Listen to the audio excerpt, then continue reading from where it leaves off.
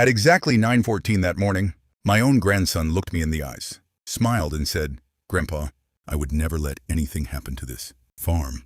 I believed every word, because he was family. 3 hours later, a stranger arrived at my front door carrying documents that claimed my family farm had already been sold. I stood there frozen, wondering how something I had spent 50 years building could disappear without my permission. What my grandson never knew was that my late wife had prepared for this very day long before she passed away. My name is Thomas Walker. I am 72 years old, and I have spent nearly my entire life working the same family farm. Every sunrise reminded me why I never gave up, and every sunset reminded me how blessed I was to build a life beside my wife, Helen. We raised our children on that land, planted thousands of trees together, and dreamed that one day our grandchildren would continue the family legacy. After Helen passed away, the farm became painfully quiet. The only person who visited me almost every day was my grandson, Ethan. He fixed broken fences, drove the tractor when my back could no longer handle long hours, and constantly reminded me that I should finally enjoy retirement. Every neighbor told me how lucky I was to have such a caring grandson. I believed them. I trusted Ethan with the farm, my paperwork, and eventually almost every important decision. Looking back now, I realize the betrayal did not happen overnight. It happened one small step at a time while I was too busy believing that family could never hurt me. Then, on that quiet Tuesday afternoon, a black pickup truck stopped outside my house. A man wearing an expensive suit stepped out, smiled politely, and introduced himself as a property developer. He opened a leather folder, looked directly at me, and calmly said the words that changed my life forever. "Mr. Walker, I am here to inspect the farm before ownership is officially transferred tomorrow morning." The words "ownership is officially transferred tomorrow morning" echoed through my mind as though the ground beneath my feet had disappeared. I stared at the man, convinced he had come to the wrong house. "Son," I said quietly, "there must be some mistake. This farm is not for sale." The developer looked surprised, opened his leather folder, and pointed to several documents. Every page carried my farm's legal address, along with survey maps, purchase agreements, and inspection reports. "Mr. Walker," he replied politely, "our company has been negotiating this purchase for nearly 3 months. We were told your grandson, Ethan Walker, was handling everything on your behalf." Hearing Ethan's name made my heart sink. I forced myself to remain calm and told the man he should leave until I understood what was happening. Before driving away, he handed me his business card and quietly said, "Tomorrow's closing has not taken place yet. If there has been a misunderstanding, you still have time." The moment his truck disappeared down the road, I called Ethan. The phone rang several times before going to voicemail. I called again and again, but there was no answer. Nearly an hour later, my phone finally rang.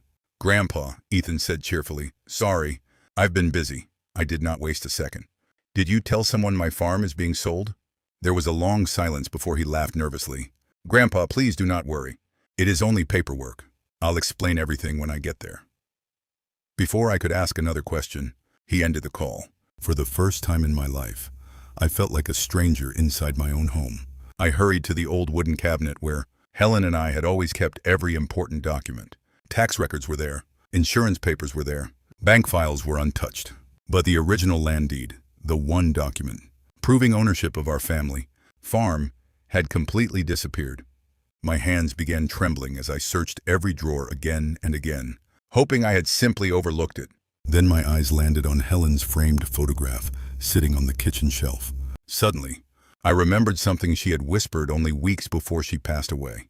"Thomas, if anyone ever becomes more interested in the land than the family, be very careful." At the time, I thought grief had made her overly cautious. Now her words sounded like a warning she had somehow seen coming. Just as the sun began setting beyond the fields, another vehicle pulled into my driveway. It was not Ethan. A black luxury SUV stopped outside the farmhouse, and an elderly gentleman carrying a leather briefcase slowly stepped out. He walked toward me, smiled politely, and said words that made my heart stop. "Mr. Walker, my name is Arthur Collins. I was your late wife's attorney, and Helen asked me to come here if this day ever arrived." Arthur Collins stood quietly on my porch, holding his leather briefcase as though he had been carrying its contents for years. I invited him inside, still trying to understand why my late wife would have sent an attorney to see me after all this time. Arthur placed the briefcase on the kitchen table and looked directly into my eyes. Thomas, he said softly, before Helen passed away, she made me promise that I would never come here unless someone tried to take your farm. My heart began racing. He slowly opened the briefcase and removed a sealed envelope with Helen's handwriting across the front. For Thomas, only if our family is ever betrayed. My hands trembled as I carefully opened it. Inside was a handwritten letter. Thomas, Helen wrote, if you are reading this, then someone you trusted has chosen money over family. I prayed this letter would never be needed, but I have always believed that land built with love should never be sold for greed. Tears filled my eyes as I continued reading. Helen explained that nearly a year before her death, she had quietly convinced me to sign several legal documents during one of our visits to Arthur's office. At the time, she told me they were simply part of our estate planning. I had signed them without asking many questions because I trusted her completely. Arthur then removed another folder from his briefcase and slid it across the table. Helen never told you everything, he admitted. She wanted to protect you until the right moment. Inside the folder was a copy of a legally registered family farm trust. According to the documents, ownership of the farm had already been transferred into the trust months before Helen died. Neither Ethan nor anyone else could legally sell the property without the approval of all three trustees. I looked at Arthur in confusion. 3 trustees? He nodded slowly. You, me, and one other person chosen by Helen. Before I could ask who that person was, Arthur quietly placed one final document in front of me. I stared at the name printed beside third trustee, and my heart skipped a beat. It belonged to someone I had not spoken to in almost 25 years. I could not believe the name printed beside third trustee. It was Sarah Walker, my younger sister. We had not spoken in nearly 25 years after a painful disagreement over our parents' inheritance. I never imagined Helen had stayed in contact with her all these years. Looking at my shocked expression, Arthur nodded quietly. Helen believed that one day your family might need someone who would protect the farm. Without being influenced by greed, she trusted Sarah completely. I leaned back in my chair, struggling to understand how my wife had planned so far ahead. Arthur then pointed to another clause in the trust agreement. It clearly stated that no trustee could sell the farm unless all 3 trustees gave written approval. Without my signature, Sarah's signature, and Arthur's approval, any sale would be legally impossible. Relief washed over me, but it lasted only a few seconds. If the trust protects the farm, I asked, then why is a developer preparing to buy it tomorrow? Arthur's face grew serious. Because someone has been using forged documents. He opened another folder filled with copies of contracts that appeared to carry my signature. I stared at the pages in disbelief. The signatures looked almost identical to mine, but I knew I had never signed them. Arthur looked directly at me. Thomas, whoever planned this has committed serious fraud. Just then, headlights swept across the living room window. A pickup truck pulled into the driveway. Ethan stepped out, smiling as though nothing had happened. The moment he walked through the front door and saw Arthur sitting at the kitchen table surrounded by legal documents, the smile vanished from his face. For several long seconds, no one spoke. Then Arthur calmly looked at Ethan and asked the one question that changed everything. Would you like to explain why your grandfather's signature appears on documents he never signed? Ethan stood frozen in the doorway, his eyes moving from Arthur to the stack of documents spread across the kitchen table. The confidence he usually carried disappeared in an instant. Grandpa, I can explain, he said nervously, taking a slow step forward. I looked him straight in the eyes and replied, then explain why strangers believe my farm has already been sold. Ethan swallowed hard before sitting down across from us. For nearly a minute, he said nothing. Finally, he admitted that a property developer had approached him months earlier with an offer worth millions of dollars. They convinced him that the farm was too old, too expensive to maintain, and that I deserved a comfortable retirement instead of working the land at my age. At first, he claimed he refused, but the more they talked about money, the more he began believing the farm was wasting its value. He confessed that he started handling paperwork without telling me, because he thought I would never agree to sell. Arthur listened quietly before sliding the forged contracts across the table. Did you sign these? He asked. Ethan immediately shook his head. No, I never forged Grandpa's signature. Arthur leaned closer. Then who did? Ethan hesitated, his hands trembling. A man named Richard Coleman. He said he worked for the developers. He told me everything would be handled legally and that Grandpa would never have to worry about paperwork. Arthur's expression instantly changed. Richard Coleman? He repeated quietly. That name has appeared in several fraud investigations over the past few years. My heart sank as I realized Ethan had allowed himself to become part of something far bigger than a simple land sale. Tears filled his eyes as he looked at me. Grandpa, I swear I never wanted to steal from you. I thought I was helping us both. Before I could answer, Arthur's phone rang. He listened silently for several seconds, then slowly lowered the phone. His face had turned pale. Thomas, he said quietly, the developer has just moved the closing forward.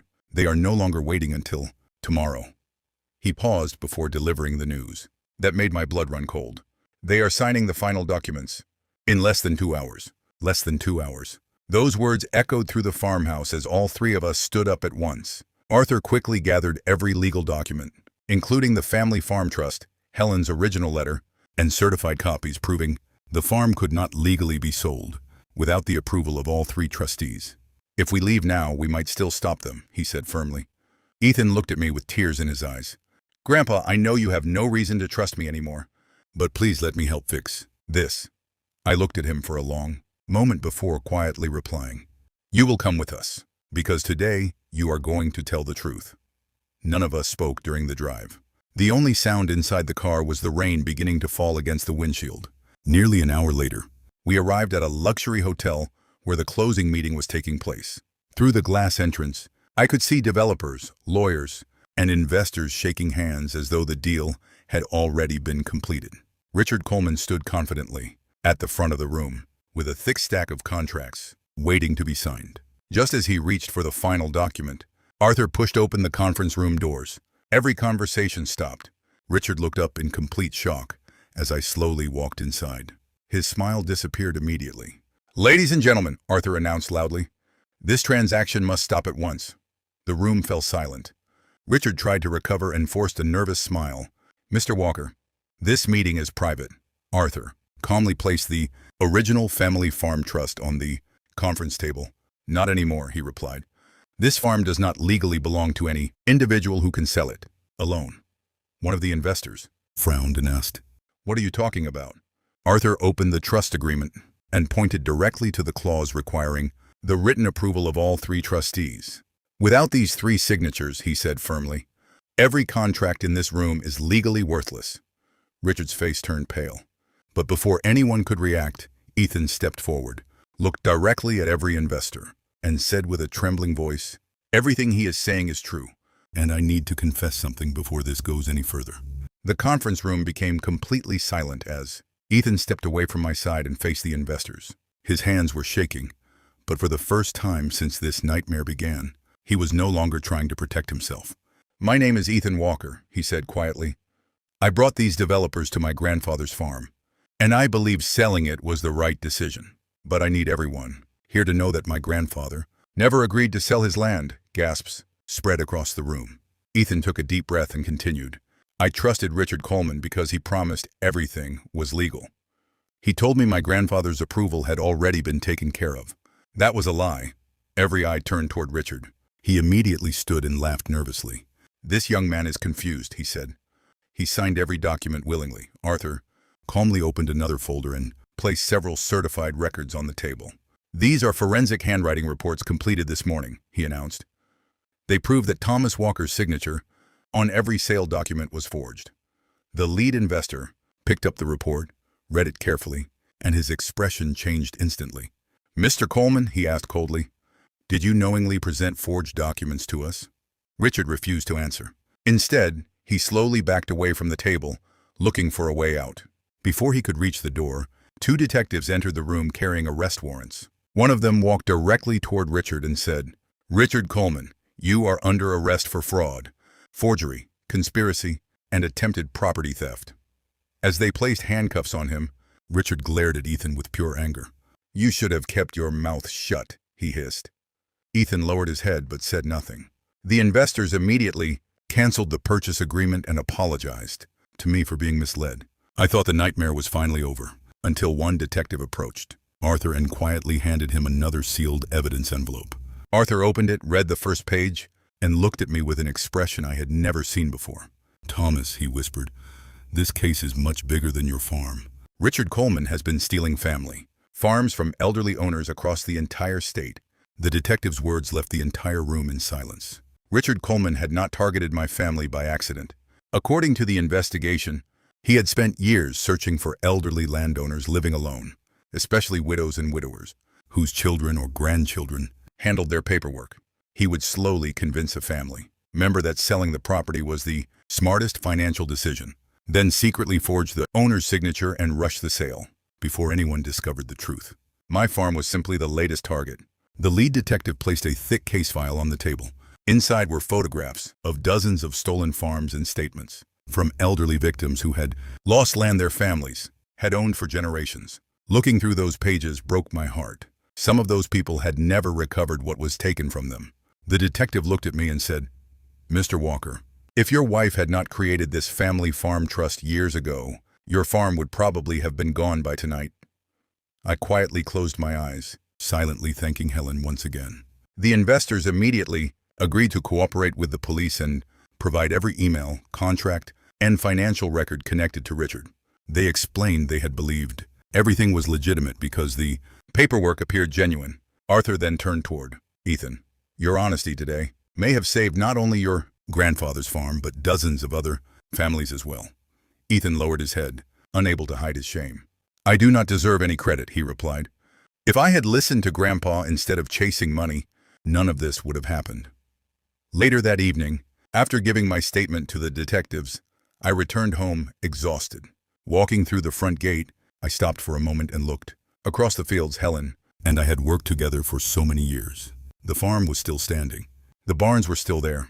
The old oak tree still overlooked the land where generations of our family had built memories. For the first time in days, I felt like I could finally breathe again. But as Arthur prepared to leave, he handed me one final envelope that had been discovered inside Richard's office. Across the front, someone had written just 6 words. "Thomas Walker must never see this." My heart began racing as I slowly reached for the envelope. The words "Thomas Walker must never see this" made my hands tremble before I even opened the envelope. Arthur stood silently beside me while I carefully unfolded the documents inside. The first few pages were copies of my farm records, old family photographs, and handwritten notes about my daily routine. Someone had been watching me for months. Every visit Ethan made, every doctor's appointment, even the days I drove into town were listed with dates and times. It felt as though my life had been turned into a file. Then I found a payment ledger. Richard Coleman had received thousands of dollars from a development company every time he convinced an elderly landowner to sell. My farm carried the largest payment of them all. Arthur slowly turned another page and stopped. His face became serious. "Thomas, there is one more name here." I looked down and felt my stomach tighten. It belonged to Michael Turner, the local bank manager who had known my family for nearly 20 years. Michael had attended Helen's funeral, shared coffee with me many times, and always greeted me like an old friend. According to the documents, he had secretly provided Richard with confidential financial information about elderly customers, helping identify which properties were easiest to target. I could hardly believe what I was reading. "No," I whispered. "Michael would never do this." Arthur sighed deeply. "The evidence says otherwise." Just then, my phone rang. It was Michael himself. His voice sounded unusually nervous. "Thomas, I heard what happened today. I really need to speak with you before the police do." Before I could answer, Arthur quietly shook his head, warning me to be careful. I agreed to meet Michael at the old grain warehouse on the edge of town 1 hour later. As I ended the call, Arthur looked at me with concern. "Thomas," he said, "if Michael truly helped Richard, he may be trying to protect himself." I stared out across the dark fields, wondering whether another man I had trusted for years had also betrayed me. Still, I knew one thing for certain. I had to hear the truth with my own ears. I arrived at the old grain warehouse just before sunset. The building had been abandoned for years, and the silence surrounding it made my heart uneasy. Arthur insisted on following me in a separate car, staying far enough away that no one would notice him. Michael Turner was already waiting inside, pacing nervously near a broken window. The moment he saw me, he lowered his head and said, "Thomas, I know you probably hate me, but you need to hear the whole story before the police arrest me." I remained silent. Michael took a deep breath and admitted that Richard Coleman had approached him almost 2 years earlier. At first, Richard only asked harmless questions about elderly landowners who might be interested in selling. Michael refused. But months later, Richard discovered that Michael's wife needed an expensive medical treatment that his insurance would not cover. Desperate to save her life, Michael accepted money in exchange for confidential information. I told myself it would only happen once, he whispered, tears filling his eyes. But once I crossed that line, it became impossible to stop, he admitted. He had never forged signatures or stolen property himself, but he had helped Richard identify vulnerable families, including mine. Hearing those words broke my heart. Michael looked directly at me and said, "Thomas, Ethan was never Richard's real target. You were. Richard believed your farm was worth more than every other property he had ever taken." Before I could respond, the sound of tires screeching outside echoed through the warehouse. 3 black SUVs suddenly surrounded the building. Michael's face turned pale. "They found me," he whispered. Through the dusty windows, several armed men stepped out and began walking toward the entrance. Arthur rushed inside from the back door and shouted, "Thomas, we have to leave right now." But before any of us could move, the warehouse doors slammed shut from the outside. A cold voice echoed through the building. "Nobody leaves until we recover those documents." The heavy warehouse doors shook as someone locked them from the outside. My heart pounded while Arthur quickly pulled me behind a stack of old grain barrels. Michael's face had turned completely white. "They are not here for me," he whispered. "They are here for the evidence Richard kept." Arthur immediately took out his phone, but there was no signal inside the old building. Outside, footsteps echoed slowly across the concrete floor as several men forced the side entrance open. One of them shouted, "Find the folder before the police arrive." It became clear they were not ordinary thieves. They were the remaining members of Richard Coleman's operation, desperate to recover the documents that could expose every person involved. Michael suddenly reached inside his jacket and removed a small flash drive. His hands trembled as he handed it to me. "Everything is on this," he said quietly. "Every payment, every forged contract, every name, even the people Richard protected." Before I could ask another question, the warehouse lights suddenly switched on. The men had found us. Their leader stepped forward with a confident smile and pointed directly at the flash drive in my hand. "Give it to me, old man," he said calmly, "and nobody gets hurt." I looked at the frightened faces of Arthur and Michael, then slowly closed my hand around the flash drive. "This belongs to the police," I replied. The man laughed and took another step forward. Just as the situation seemed hopeless, the loud sound of police sirens filled the air outside. Someone had already called for help. The gang members panicked. 2 of them ran toward the back exit while another tried to grab the flash drive from my hand. Before he could reach me, armed officers burst through the warehouse doors shouting, "Police! Nobody move!" Within seconds, the building was surrounded. Several suspects surrendered immediately, while others were tackled as they tried to escape. As officers placed everyone in handcuffs, the lead detective walked over to me and carefully took the flash drive. After plugging it into his laptop, he looked at the screen for only a few seconds before raising his eyes toward me. "Mr. Walker," he said quietly, "this evidence is enough to expose one of the largest property fraud networks our state has ever seen." The detective's words spread through the warehouse like a wave of relief. For months, Richard Coleman and his associates had believed they were untouchable. Now, every secret they had hidden was stored safely on the flash drive in police custody. As officers escorted the suspects outside, the lead detective explained that the files contained forged deeds, fake wills, secret bank transfers, and the names of dozens of people who had helped steal family farms from elderly owners across the state. "This investigation will not end with Richard Coleman," he said. "It is only beginning." Michael quietly stepped forward and asked if he could make a full statement. Without hesitation, he agreed to cooperate with investigators and reveal everything he knew. Before leaving with the officers, he stopped in front of me, tears running down his face.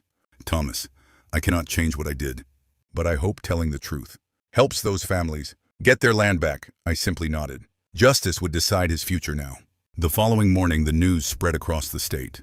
Television stations reported the arrests, newspapers published the story, and many elderly families contacted the police after recognizing Richard Coleman's name. Within days, several stolen farms were legally returned to their rightful owners. Watching those families reunited with land they thought they had lost forever reminded me how close I had come to becoming another victim. A week later, the county held a public ceremony honoring everyone who had helped stop the fraud. I stood quietly at the back of the crowd while the sheriff thanked Arthur Collins for protecting Helen's trust and praised the investigators for exposing the criminal network. Then, to my surprise, the sheriff called Ethan to the stage. Ethan looked nervous as he accepted a certificate recognizing his decision to confess the truth. Before the illegal sale was completed, he did not smile. Instead, he looked toward me and said, "I do not deserve praise. I almost destroyed the one person who loved me unconditionally. The only reason I am standing here today is because my grandfather chose truth instead of revenge." The crowd fell silent. As everyone applauded, I realized something Helen had always believed was finally coming true. Sometimes admitting your greatest mistake is the first step toward becoming the person you were meant to be. But later that evening, when I returned home, I found one final envelope resting on my front porch. There was no stamp, no return address, only 5 handwritten words across the front. From Helen. One last time. I stood on my front porch for several moments, staring at the envelope. My heart refused to believe what my eyes were seeing. Helen had been gone for nearly 3 years. How could there possibly be another letter? Arthur examined the envelope carefully before handing it back to me. "This is Helen's handwriting," he said quietly. "She must have asked someone to deliver it only after everything was over." My hands trembled as I slowly opened it. Inside was a single handwritten letter and an old photograph of Helen standing beneath the oak tree at the center of our farm. I smiled through my tears as I began reading. "My dearest Thomas, if this letter has reached you, then you protected our farm exactly as I hoped you would. I never doubted your strength. I only worried that one day your kindness would make you trust the wrong people." I paused for a moment, unable to continue. Every word felt as though Helen were sitting beside me again. The letter went on to explain that she had never created the family farm trust because she feared strangers. She created it because she knew that grief often makes good people vulnerable to bad decisions. "Please do not let this experience harden your heart," she wrote. "The farm was never our greatest achievement. The family we tried to build was. Land can always be protected by law, but only love can protect a family." Tears rolled down my face as I folded the letter against my chest. At the bottom was one final request. "When the time is right, forgive Ethan, not because he deserves it, but because carrying anger will only imprison you." I quietly walked outside and stood beneath the same oak tree where Helen and I had spent so many evenings together. For the first time since her passing, I felt peace instead of grief. At that very moment, I heard footsteps behind me. Ethan slowly approached, carrying a small wooden box in his hands. He stopped a few feet away and said softly, "Grandpa, I found something Grandma wanted you to have. I think today is finally the right day." Ethan carefully placed the small wooden box into my hands, without saying another word. The box was old, its edges worn smooth from years of use, and I recognized it immediately. Helen had kept it on the top shelf of our bedroom closet for as long as I could remember, but she had always smiled and said, "One day you'll know what's inside." I slowly lifted the lid. Inside were our wedding rings, faded photographs from the early days of the farm, and a small cloth pouch tied with a blue ribbon. Beneath them rested one final note in Helen's handwriting. "Thomas, if Ethan is the one giving you this box, then he has already begun the journey back to becoming the man we always believed he could be." My eyes filled with tears. I untied the pouch and found a handful of tiny seeds inside. For a moment I looked at them in confusion until I continued reading. "These are acorns from the very first oak tree we planted together. I saved them because every strong tree begins as something small. People are no different. If Ethan ever earns your trust again, plant these together. Let the new tree remind both of you that broken things can grow strong again when they are cared for with patience." I closed the note and looked toward him. "Ethan." He stood silently, unable to meet my eyes. Without saying a word, I picked up the pouch and walked with him to the empty corner of the farm where Helen had always dreamed of planting another oak tree. Together we dug a small hole, placed the acorns into the earth, and covered them with fresh soil. Neither of us spoke. We did not need to. The simple act of planting those seeds said everything words never could. As we stood there watching the sunset, Ethan quietly whispered, "Grandpa, I promise this farm will never be threatened again." Before I could answer, Arthur's truck pulled into the driveway. He stepped out smiling and held up an official document. "Thomas," he called, "the court has made its final decision, and I think Helen would have been very proud." Arthur walked toward us with a warm smile, holding the court document carefully in his hands. I could tell from his expression that, for the first time in weeks, he was carrying good news instead of another warning. He handed me the papers and quietly said, "Thomas, it is finally over. I looked down and read the judge's final order. Every fraudulent contract connected to my farm had been permanently canceled. The Family Farm Trust was officially recognized by the court, making it impossible for anyone to sell the land without the approval of all three trustees. Even more importantly, the court ordered that every family whose property had been stolen through Richard Coleman's scheme would receive legal assistance to recover what had been taken from them. I closed the folder and looked across the fields that Helen and I had spent a lifetime building together. For the first time since this nightmare began, I no longer saw a farm that had nearly been lost. I saw a legacy that had survived, because one woman had the wisdom to prepare for a future she knew she would never see. Arthur smiled and said, "Helen planned every step because she loved you more than you ever realized." Ethan stood quietly beside me before speaking. "Grandpa, I know I cannot undo the pain I caused. I do not expect you to trust me overnight, and I do not deserve to inherit this farm simply because I share your last name. If I ever become worthy of this place again, I want to earn it through years of honest work, not through a signature on a piece of paper." His words carried no excuses, only humility. I placed my hand gently on his shoulder and replied, "Then tomorrow morning, you will be in the fields with me before sunrise. That is where trust begins." Ethan smiled through his tears and nodded. As the evening sky turned golden above the farm, I looked toward Helen's favorite oak tree and quietly whispered, "We did it." Just then, a gentle breeze moved through the fields, and for a brief moment, it felt as though Helen herself was smiling over everything we had protected together. The next morning, Ethan was already waiting outside the barn before the sun had risen, wearing old work boots instead of expensive clothes. He did not come with excuses or promises. He simply picked up a shovel and asked, "Grandpa, where do we start?" I handed him a pair of worn leather gloves that had once belonged to my father. "You start the same way every walker has started," I replied, "with honest work." For weeks, we worked side by side repairing fences, clearing fields, fixing old machinery, and caring for the animals. Ethan never complained, even on the longest days. Slowly, the anger I had carried in my heart began to fade. Trust was not returning because of what he said. It was returning because of what he did every single day. One afternoon, while cleaning the old barn, Ethan discovered a dusty wooden sign that had fallen behind a shelf years earlier. Across the front, Helen had painted the words, "A family is not measured by what it owns, but by what it protects." We stood there silently reading those words, both realizing how close we had come to losing far more than a farm. A few days later, the local newspaper published a story about the criminal network that had been exposed. The article praised the courage of the elderly families who refused to stay silent and mentioned Helen's family farm trust as the reason the fraud had failed. Neighbors began stopping by simply to thank us for helping protect other families from becoming victims. Watching children run through the same fields where my own children had once played reminded me why this land had always mattered. It was never about money. It was about home.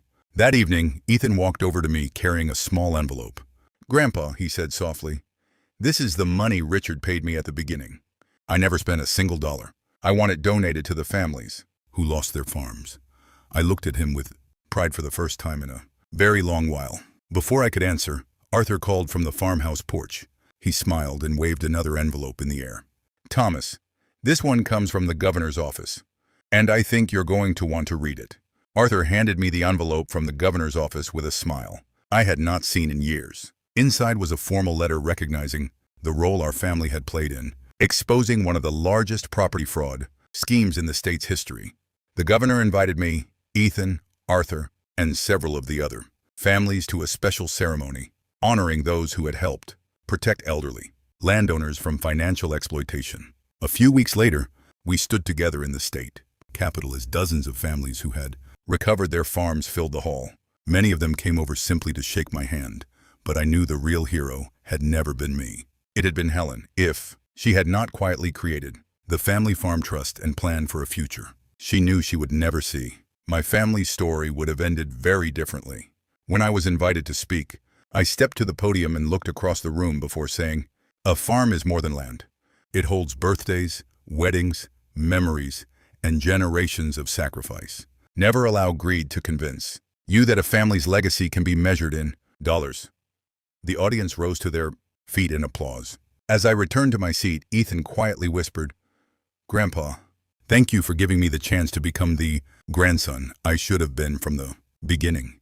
I smiled and placed my hand on his shoulder. Your grandmother gave you that chance long before either of us realized it, I replied. That evening, we returned home just as the sun was setting over the fields. Together we stood beneath the young oak tree we had planted in Helen's memory. It was still small, but its roots were growing stronger every day. Looking at that tree, I finally understood what Helen had been trying to teach us all along. True inheritance is not land, money, or power. It is honesty, forgiveness, and the courage to protect the people you love even after you are gone. As the wind gently moved through the fields, I smiled toward the sky and quietly whispered, "We kept our promise, Helen." And for the first time since losing her, I felt completely at peace.